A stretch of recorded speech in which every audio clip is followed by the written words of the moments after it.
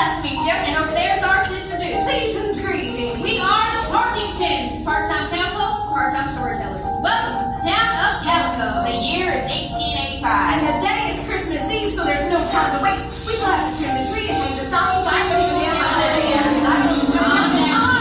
Alright. I know, you're excited. We got just enough time to tell our tale before old Kris Kringle makes us run. Okay. Now, you folks may not know this, but Christmas as we know it today almost wasn't. That's right. Not that long ago, folks was ready to let the whole holiday fade away like the cat at Columbus.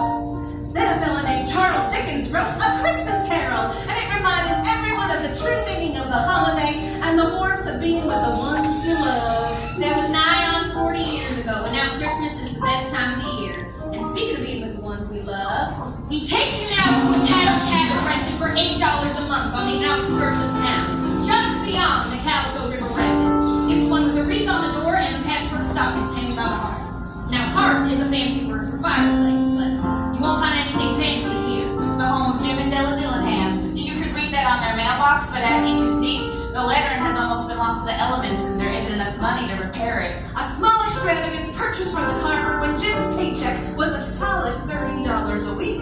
Now that his weekly allotment had dropped to $20, it was as if the letters were contracting from Dillingham to a more modest and unassuming D. Looks like Della's sending Jim off to work, but they'll spend Christmas Day together, and that's what's important. Have a good day at work. Tomorrow's going to be wonderful. And remember, I'm not all day shopping. All day, you say? I made you a lunch and I saved you the last piece of pie. Boys, very kind. Thank you, dear. Love you. Love you.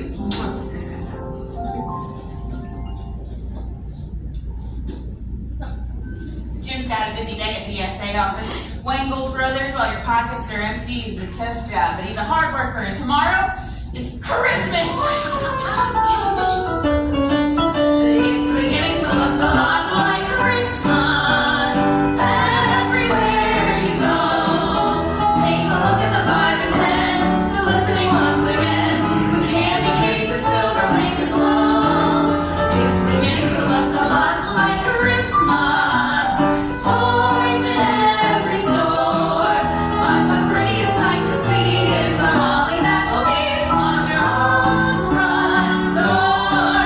A pair of hop-along boots and a pistol that chooses the wish of Barney and Ben. Don's little talking will go for a walk is the hope of Janice and Jen. And Mom and Dad can hardly wait for school to start again. It's beginning to look a lot like Christmas everywhere you go. There's a treacle trail to tell in Calico Park as well. The sturdy kind that doesn't mind the snow. It's beginning to look a lot like Christmas. Soon the bells will start. And the thing that'll make them ring is the carol that you sing right within your heart. It's beginning to look a lot like Christmas. Later. Later.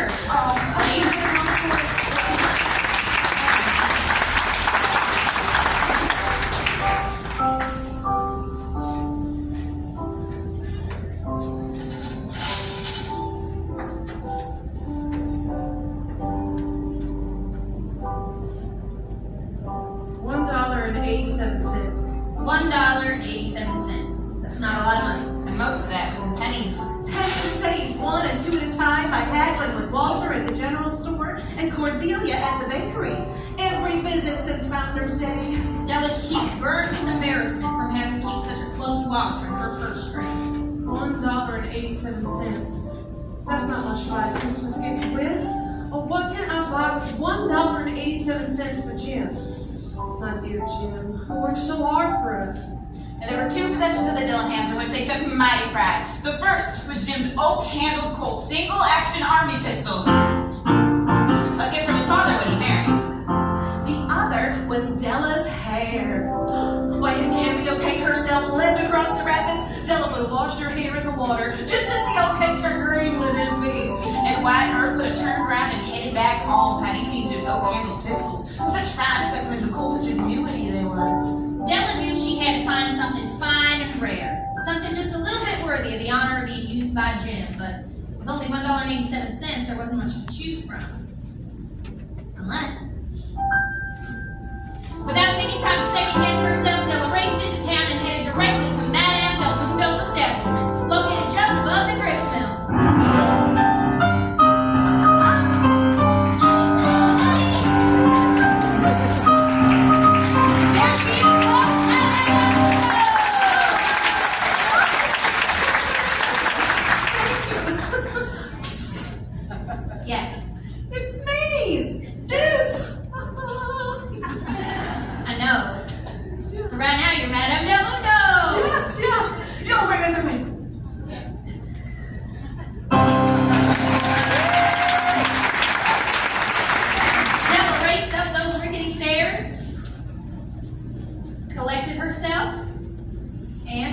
Madame Deluno, will you buy my hair? I buy hair. Take off your bonnet, let's have a sight at the looks of it.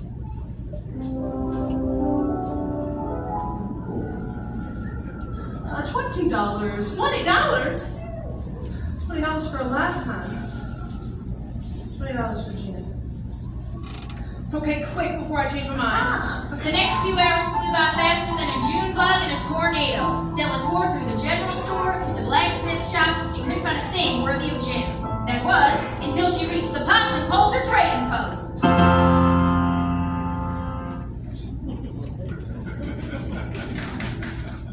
don't know why you're clapping, nothing's happening.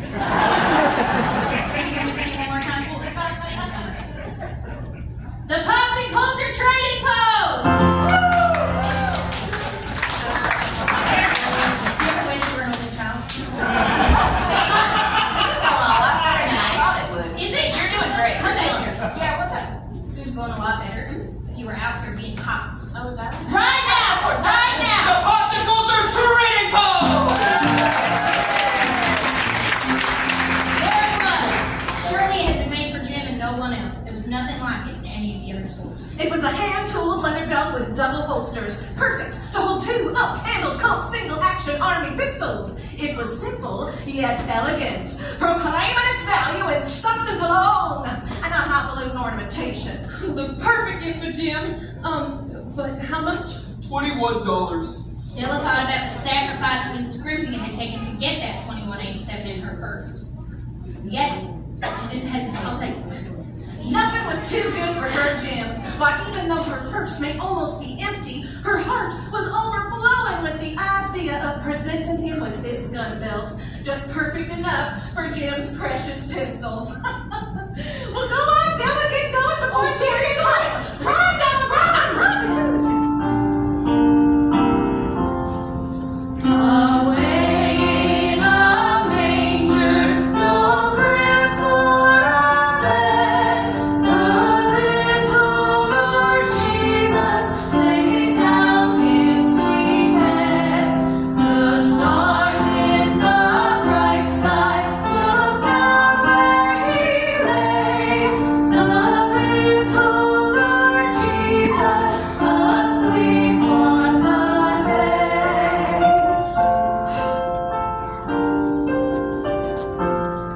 When Della arrived home, she knew she only had about an hour to get dinner started before Jim arrived, and she wanted to survey the damage that had been done to her hair. Normally we butt in here, tell you all about what Della was feeling, but this is the best part, and we don't want to spoil the mood, folks.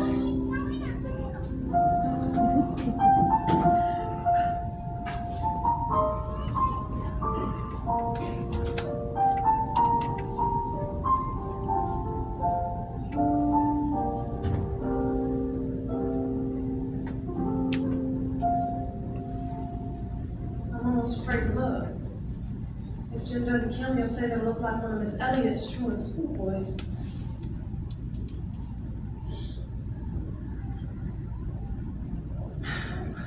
Della, dear, I thought I heard you come in. Jim, you're home already. Yeah, I have some business to attend to here. Jim, darling, don't look at me that way. I had my hair cut short because I couldn't live through Christmas without getting your gift. Jim, my hair grows back awfully fast. You won't mind, will you? Jim, darling, I just had to do it. Say Merry Christmas, Jim, and let's be happy.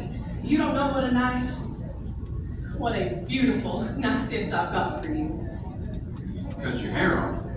Cut it off and sold it to Madame Deluno. But you like me just as well anyhow. I'm you without my hair, ain't I? Say it's gone. You needn't look for it. It's gone, I tell you, sold and gone. All for you, dear. A sacrifice I made without hesitation because of my love for you. Oh, dearest Jim. Shall I go start dinner? Don't wait. There's nothing in the way of a haircut or a trim that can make me love my girl any less. Yours is beautiful now. It's the day I married you. But if you'll open your Christmas present, may see why you had me going there for a while. At first. Oh, Jim. The combs. The combs I've been staring at for weeks at the general store. The combs. The combs for my hair. Oh, Jim, my hair. It goes back so fast, Jim, so fast. With your present, I have it right here on the table for you. Oh. There. Isn't it a dandy? Now you can wear your father's pistols just like he did. Go on, try them on. Dylan, let's put our Christmas gifts away and keep them a while. They're too darn nice to use right now. Dylan, I sold the pistols to get the money to buy your combs.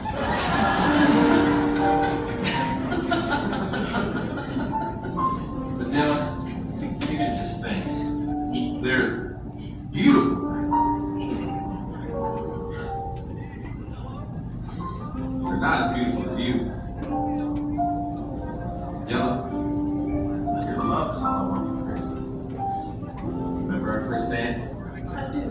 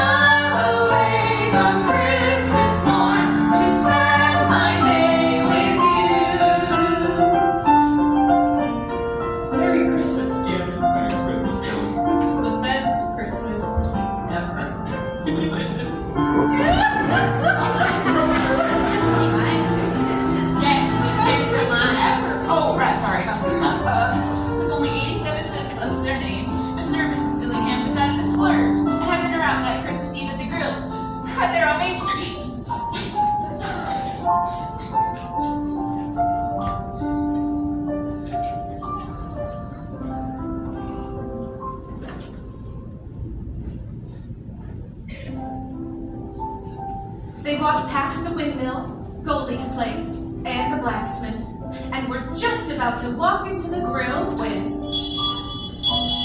Donations for the poor! Donations for the poor! Help out those less fortunate this holiday season!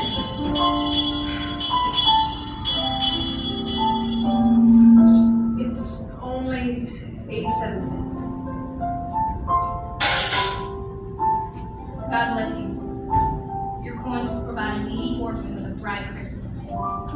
Merry Christmas, you kind folk. Merry Christmas. Those who know what it's like to be poor, who give the most. Donations for the poor! Donations for the poor! Jim and Della had dinner at home that night. Their coffee and chops tasted better than they ever had before. Even just makes you feel good, don't it? The Magi, as you know, were wise men. Wonderfully wise men who brought gifts to the babe in the manger. They invented the art of giving Christmas presents. And being wise, their gifts were no doubt wise as well. Gold, frankincense, and